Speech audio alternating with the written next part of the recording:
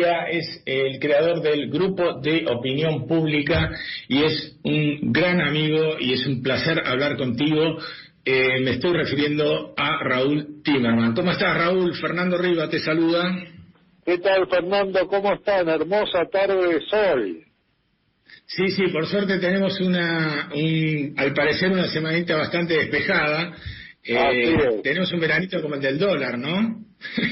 Bueno, lo del dólar cambió bastante. Las cosas son noticia en determinado momento y en determinado momento dejan de ser noticia. Y parece que cuando es algo disruptivo es noticia, pero que cuando es algo tranquilizador no es noticia. Vos fijate, vos pusiste el dedo en la llaga con el tema del dólar. Yo recuerdo la semana del 19 al 23 de octubre el dólar cerró el contado con liqui 181, el blue a 195, 196, decían casi 200. El domingo se reúne el presidente, el domingo siguiente, o sea, no el que pasó, sino el anterior a la carta de Cristina, se reúne con el ministro Guzmán y prácticamente empodera a Guzmán para que sea él y solo él quien tome las decisiones. Le dio la camiseta número 10, le dijo, pibe, entra y rompela. Y Guzmán tomó una serie de medidas que a un costo determinado, que lo sabremos o no, digamos, consiguió aquietar las aguas del dólar, tanto el contado con liqui, que es el que miran los empresarios, como el blue, que es el que miramos los laburantes y en el que realizamos nuestros ahorros, a pesar de todos los gobiernos que nos dijeron que si apostábamos al dólar perdíamos. O sea, ahora dejó de ser noticia el dólar. Cuando fue la toma de Guernica, el conflicto con los Echeverri, este era un gobierno que estaba a favor de la toma, en contra de la propiedad privada, a favor de la toma de tierras. Esto en cualquier momento era Chávez, Maduro, Venezuela.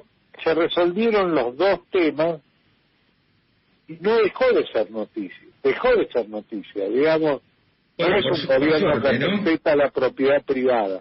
Yo creo que el gobierno tiene una capacidad increíble para comprar derrotas ajenas. Digamos, en el tema de los Echeverri no se tenía que haber ni metido, ni comentado, ni nada. Empezó en la justicia y terminó en la justicia. Entonces, ¿para qué comprar ese conflicto? Y el tema de Guernica se resolvió de la mejor manera que se pudo resolver. La pregunta que, con el tema de las tierras en la provincia de Buenos Aires, hay un tema serio que es que hace 20, 30 años que se han ido ocupando tierras fiscales por privados que las empezaron a explotar y debe hacer 20 años que no pagan ningún canon y que ya nadie sabe a quién le pertenece la tierra.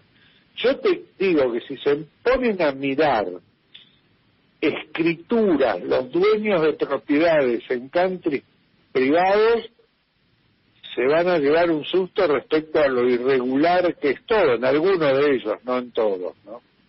O sea, yo creo que respecto de lo que vos decías, Raúl, de lo que fue la llamada, la toma de tierras de Guernica, bueno, ahí de alguna manera también noto que hay como algunos errores no forzados de la comunicación del propio gobierno, porque si realmente es muy poca la gente que de alguna manera accedió a la información de que lo que fue esa ocupación fue desactivada prácticamente en un 90% por el accionar de principalmente de la cartera que conduce Andrés El Cuervo Larroque, que realmente hizo un trabajo impecable, y realmente quedó una minoría, un 10%, de donde todo el mundo puso el foco, bueno, un grupo radicalizado, muy ideologizado, pero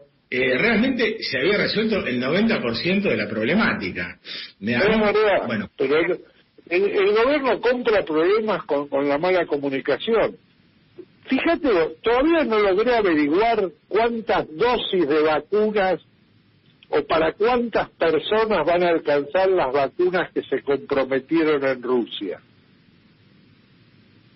Mirá, por lo que tengo entendido, son 25 millones de dosis, a 2 dosis por persona, dividamos por 2, entiendo que 12 millones y medio de personas con un grupo de, digamos, de prioridades que tiene que ver con los trabajadores de la salud, la seguridad y las personas en riesgo. De cualquier manera, coincido con vos, Raúl, que también en un marco de tanta sensibilidad y realmente de tanta incertidumbre, los anuncios tienen que ser brindados de otro tipo, de otra manera, digamos. No sé si coincidís con esto. Aparte, totalmente, Fernando. Vos fíjate una cosa.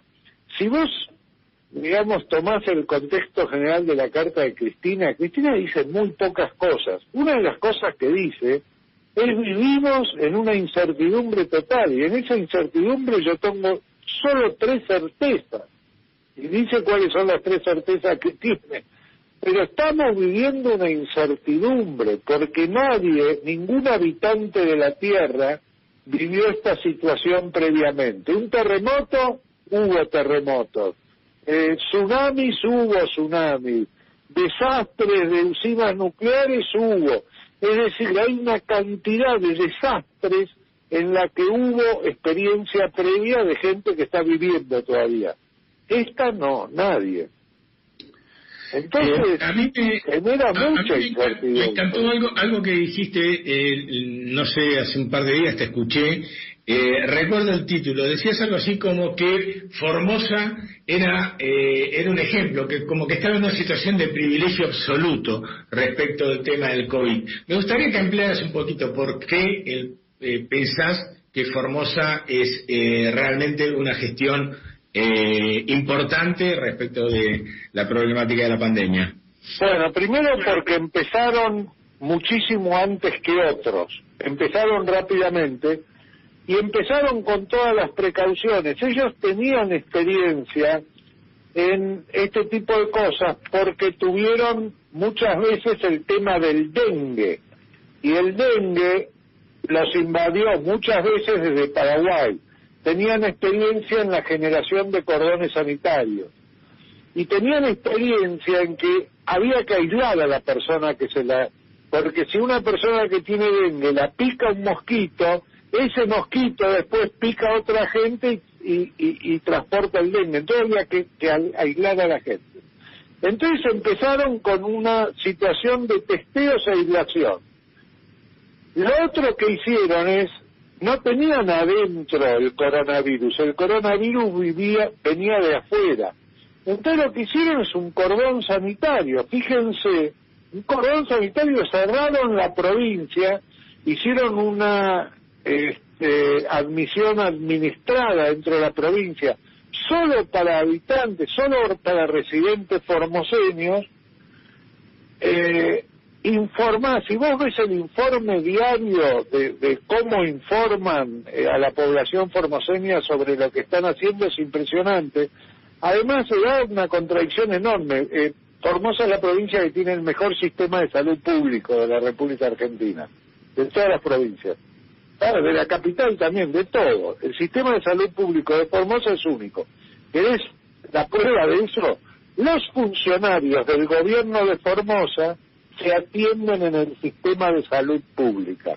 No hay ningún ministro nacional que se atienda en el sistema de salud pública de la República Argentina. Bien, es más, el ministro de Salud, cuando tuvo un problema, se internó en el Otamendi, digamos, es una de las clínicas más exclusivas. Formosa hizo todos los testeos y aislamientos necesarios y rastreos. Tal es así que tiene menos del 1% de positividad en los testeos.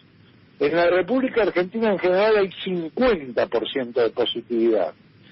Tiene del orden de 170, no sé el día de hoy, pero 170 casos detectados, y está rodeado por Chaco, que tiene más de 12.000, Salta, que tiene más de 16.000, y Paraguay, que tiene más de 55.000.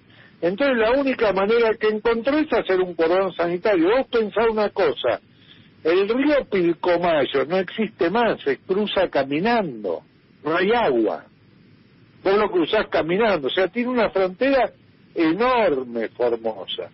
Bueno, ha trabajado muy bien y ha llegado a esta situación. Ahora tiene toda la televisión que dice la gente que llega al borde de la frontera y no lo dejan entrar, tiene Amnistía Internacional que les pide información de por qué no dejan entrar, tiene la Corte Suprema que les dio 3 días para que informen la situación de los varados.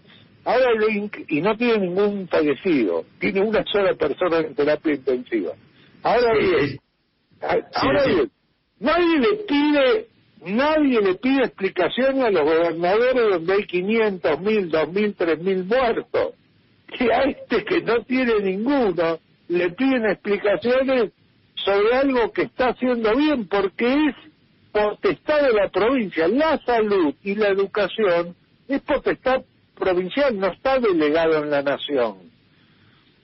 Decime una cosa, cambiando de tema, nos quedan un par de minutos y me gustaría saber, Raúl, ¿vos pensás que hay un antes y un después de la carta de Cristina Fernández de Kirchner al gobierno, al presidente? Sí, creo que hay un antes y un después en la conducta de Alberto Fernández. Yo creo que Alberto Fernández, choqueado por la carta,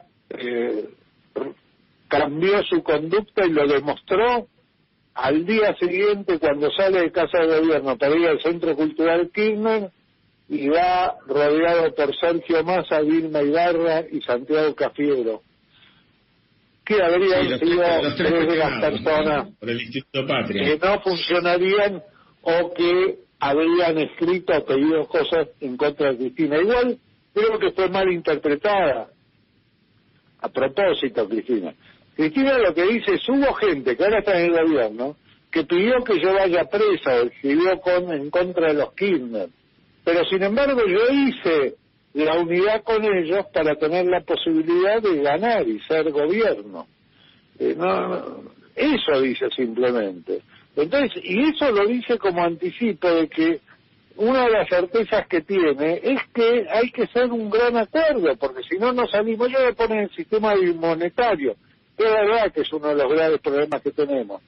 Pero hay un gran acuerdo que hay que hacer. Creo que la semana que viene entra a diputados la ley del Consejo Económico y Social, en la que ya empezó a trabajar el gobierno, viste que citaron, tuvo reunión Guzmán con varios empresarios, y finalmente hay un después. ¿Por qué? Porque Cristina dice claramente, bueno, no me jodan más con el tema del doble comando.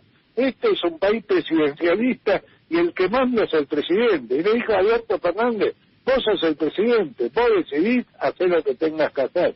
Y yo creo que a partir de ese momento Alberto Fernández empezó a hacerlo, ¿no? Se nota que hay un gobierno en marcha, un gobierno que estaba amortiguado, de pronto se puso en marcha con todas las luces. Seguramente no todos los ministros van a responder de la misma manera, pero el presidente en su momento creo que va a hacer los cambios necesarios. Sí, a mí la impresión que me da es que de alguna manera Cristina, además de, digamos, yo creo que muestra bastante generosidad en la carta y también tiene un dejo de sinceridad de la descripción por la situación que atraviesa el país, tanto económica como políticamente, y plantea concretamente cuáles son las necesidades del momento. De todos modos, me gustaría ver en la cancha cómo se comportan tanto en el Senado como en diputados, tanto las fuerzas oficialistas como las opositoras, ¿no? Así es, hay que ver eso y hay que ver la conducta del oficialismo, porque el que gobierna es el oficialismo. Fueron elegidos para gobernar, acá no le puedes echar la culpa a nadie. Te eligieron para gobernar, por 4 años gobernás, faltan 3 todavía. Bueno, pareciera que de alguna manera la carta sirvió un poco como para sacudir la modorra. La noticia de la vacuna, si bien dada de manera desprolija, no deja de ser un dato alentador de una búsqueda bastante sensata que hace el gobierno, que por un lado está trabajando con algunas vacunas acá, como la de AstraZeneca o la de Moderna y demás, pero no deja de buscar por el mundo otras posibilidades que quizás lleguen antes. Vos sabés que estos radios yo me sonrío mientras vos hablás. Cuando hablaste, dijiste de la carta, eso que lo despabila, me hizo recordar una canción de Jorge Yuyen, que falleció hace poco, que decía en un momento un buen par de patadas en el culo, digamos. La carta es un poco eso. Movete, pibe, movete. Sí, movete, pibe, movete. Yo creo que va por ahí. Pónganse en marcha, muchachos. Estamos en medio de un quilombo. Adelante. Bueno, esperemos que así sea. Te agradezco muchísimo tu tiempo. Siempre es un placer estar contigo, Raúl. Te mando un fuerte abrazo. Un abrazo, gracias. Era Raúl Timerman del Grupo de Opinión Pública, 16 horas 32 minutos en toda la República Argentina, 21 grados la temperatura en la ciudad autónoma de Buenos Aires. Ahora tenemos que vender, volvemos en 2 minutos 50. Juntos nos propusimos cambiar en serio y para siempre. Por eso llevamos agua potable a lugares donde nunca hubo agua potable. Hicimos cloacas en barrios que jamás habían tenido cloacas. Y finalizamos más de 100 obras por año, una cada 4 días, para que juntos sigamos haciendo un mejor lugar donde vivir. AISA, Ministerio del Interior, Obras Públicas y Vivienda, Presidencia de la Nación.